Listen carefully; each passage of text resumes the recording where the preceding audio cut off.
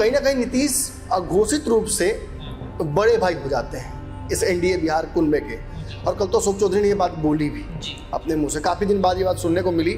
हम तो पत्रकार लगातार इस बात को बोलते आ रहे थे कि अब फिर से जदयू बड़ी भाई हो गई है। जो भी हो, उपेंद्र कुशवाहा की हार और भगवान कुशवाहा को रिवार्ड किया जाना ये साबित करता है कि नीतीश कुमार भगवान कुशवाहा को एक बड़ा नेता मानते हैं अपनी पार्टी का।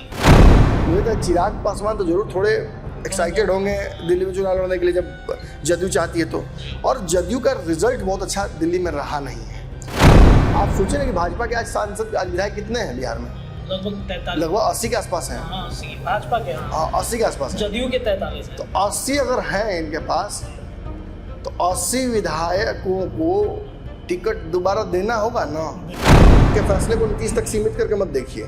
नीतीश जब भी कोई फैसला लेते हैं उसका कास्केडिंग इफेक्ट होता है। झारखंड गए नीतीश कुमार तो देखिए पीछे पीछे चिराग पासवान भी चले गए, पहुंच गए ना।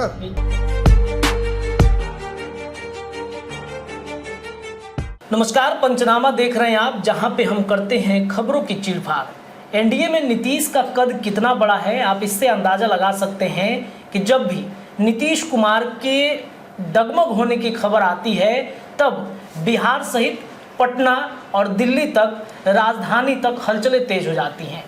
नरेंद्र मोदी की सरकार हो या फिर चाहे बाकी के नरेंद्र मोदी के साथ रहने वाले नेता हो, नीतीश के हर डिमांड को लगातार पूरी करने की कोशिश करते हैं। इसका सीधा सा एक कारण इसे आप जोड़कर ऐसे देख सकते हैं कि नीतीश की वजह से बिहार और देश में जो नरेंद्र मोदी की सरकार चल रही है वो स्थिर है। ऐसे में नीतीश के हर डिमांड को भी पूरा करना भाजपा के लिए घातक साबित हो सकता है। एक बार फिर से नीतीश कुमार ने एक ऐसी डिमांड रख दी है जिससे पटना से लेकर दिल्ली तक हलचलें बढ़ी हुई हैं। अचानक से हड़कंप मच गया है।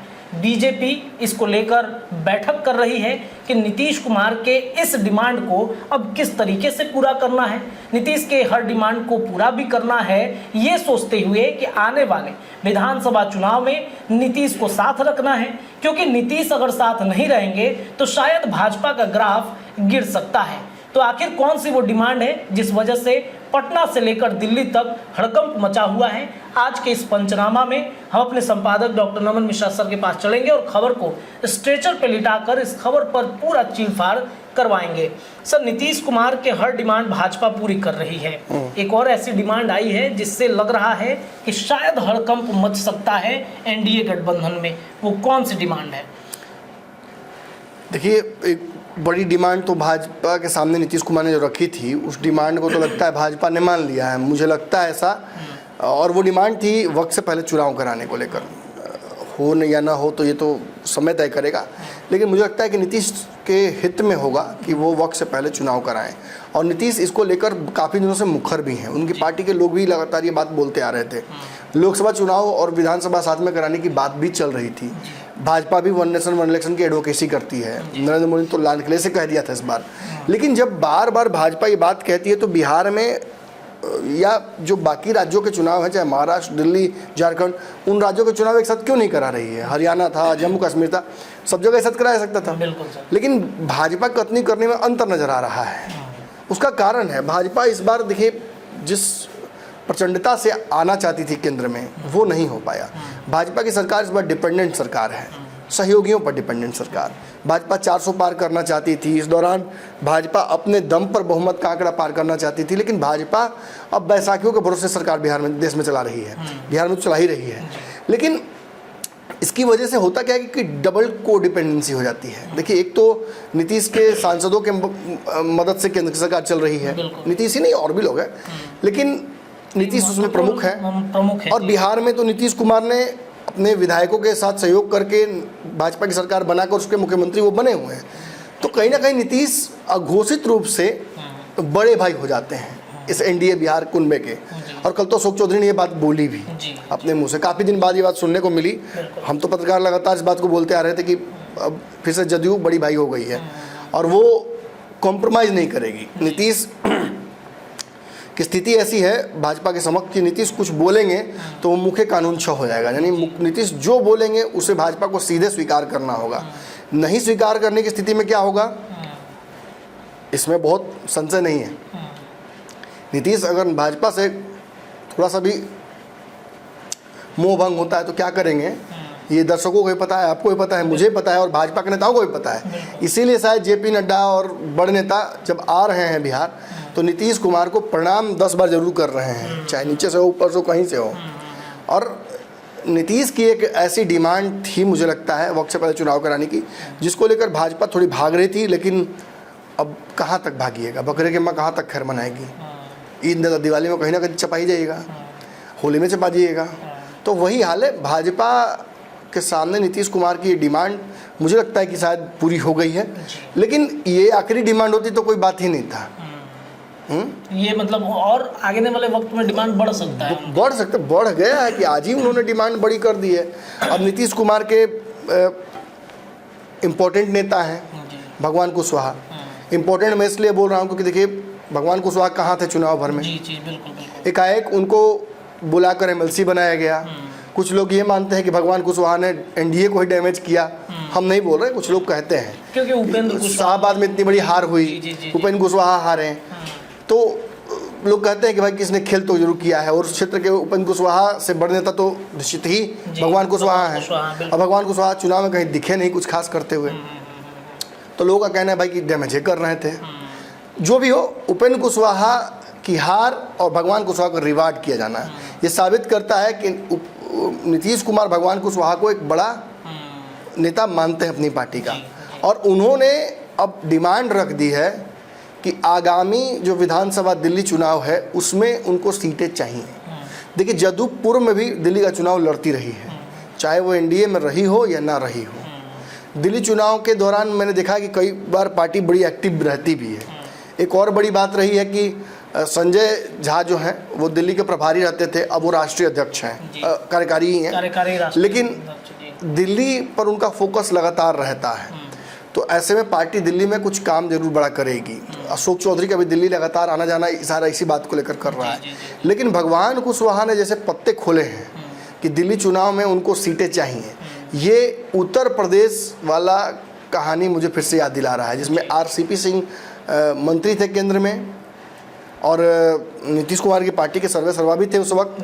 फिर नीतीश कुमार ने उनको ललन सिंह को राष्ट्रीय अध्यक्ष बनाया, तो पूरा विवाद वहीं से शुरू हुआ। यूपी चुनाव के दौरान ही एनडीए से नीतीश कुमार का मोह भंग हुआ, नाराजगी हुई और अंततः उस चुनाव में जदयू ने जो भी प्रदर्शन किया हो एनडीए के खिलाफ ही वो रहे, खिलाफ ही रहा, बिल्कुल। हाँ, तो उस वजह से जो दुश्मनी है वो बढ़ी और अंततः दोनों अलग अलग हो गए।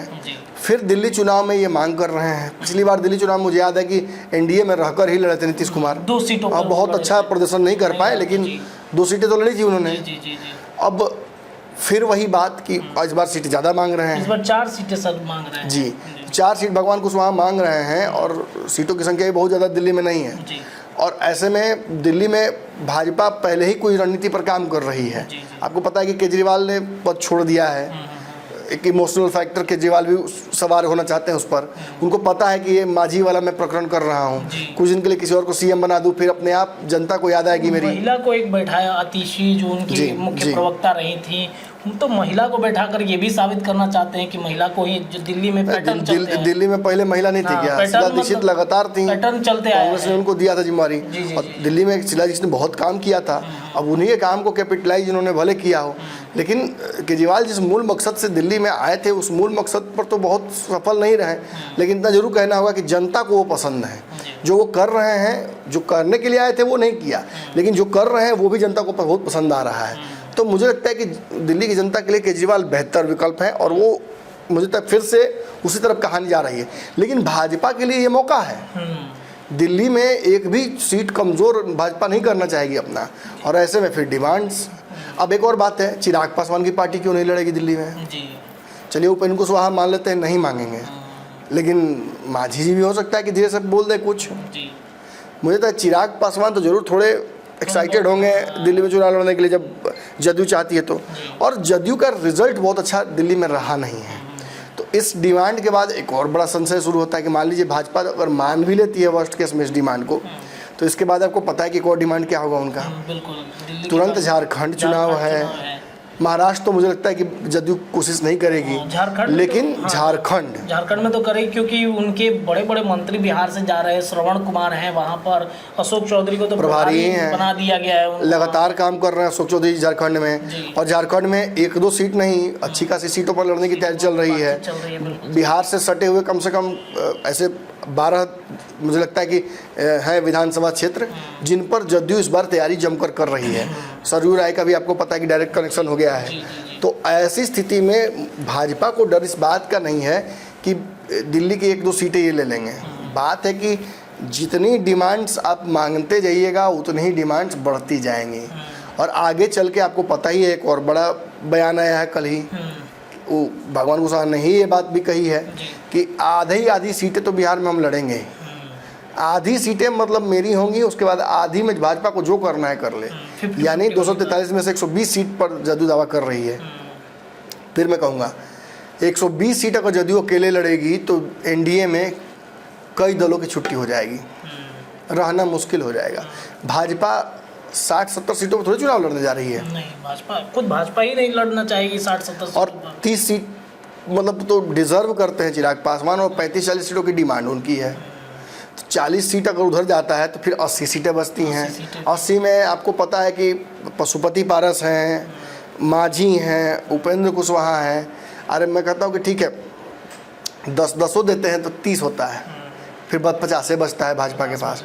मुकेश सहनी को लाने की बात चल रही है। मुकेश सहनी पिछली बार 12 सीट पर लड़े थे, इस बार भी 10 दीजिएगा तो कितना होता है, फिर 40 पे आती है भाजपा। तो क्या 40 में भाजपा लड़ेगी? संभव ही नहीं है, संभव ही नहीं।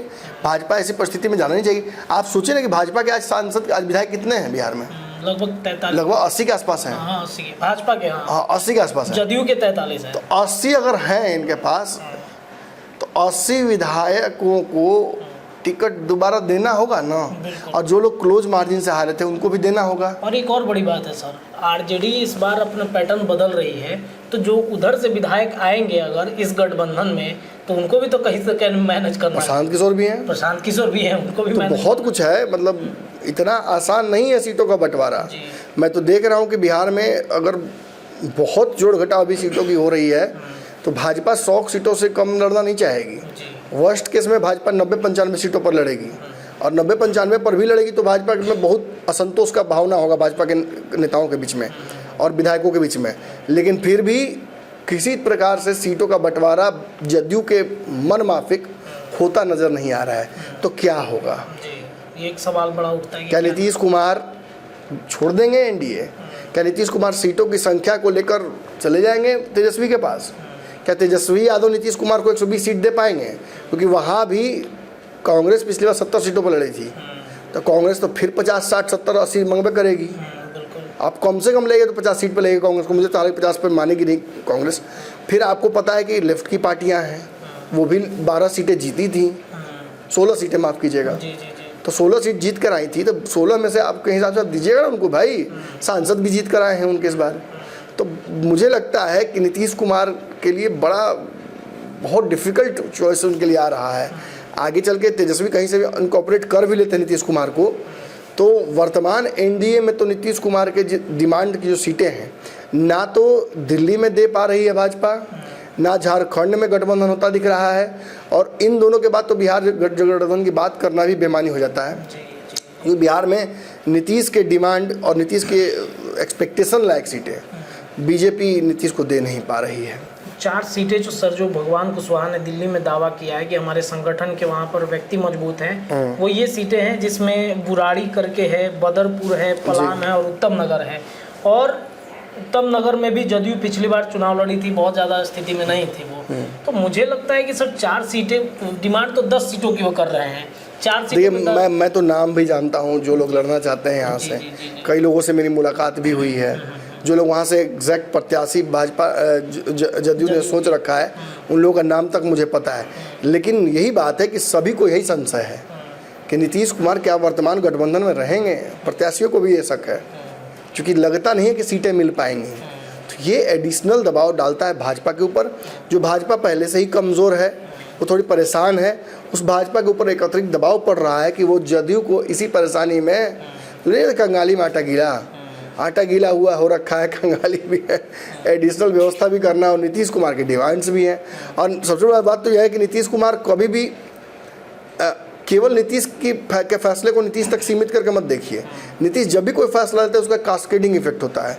झारखंड गए नीतीश कुमार तो देखिए पीछे पीछे चिराग पासवान भी चले गए, पहुंच गए ना, दिल्ली जाएंगे तो और दिल्ली जाएंगे, दिल्ली तो रहते ही हैं चिराग पासवान, दिल्ली में राजनीति अच्छी खासी करते हैं। तो मुझे लगता है कि ये पेंच फंसता नजर आ रहा है। भाजपा कैसे इससे उभरेगी ये देखना मजेदार होगा। मतलब हाई अलर्ट में है बिल्कुल। और यहाँ से लेकर दिल्ली तक के नेताओं को एकदम मैंने मुंह सूखा हुआ है कि आखिर अब करें तो क्या करें। चलिए देखिए, तो नीतीश की एक ऐसी डिमांड जिससे हड़कंप दिल्ली से पटना तक मचा हुआ है। आखिरकार नीतीश कुमार की पार्टी ने जो 4 सीटें दिल्ली में डिमांड रखी हैं, उन सीटों पर भाजपा की सहमति क्या होगी। अगर मान के चलिए पीछे से चिराग चले गए तब बीजेपी की रणनीति क्या होगी, ये देखना बड़ा दिलचस्प होगा। पंचनामा के आज के चीरफाड़ में इतना ही, लेकिन लगातार हम चीरफाड़ जारी रखेंगे। फिलहाल के लिए इतना ही। जुड़े रहिए पंचनामा के साथ, चैनल को सब्सक्राइब कीजिए, अपना प्यार दीजिए। बहुत बहुत धन्यवाद।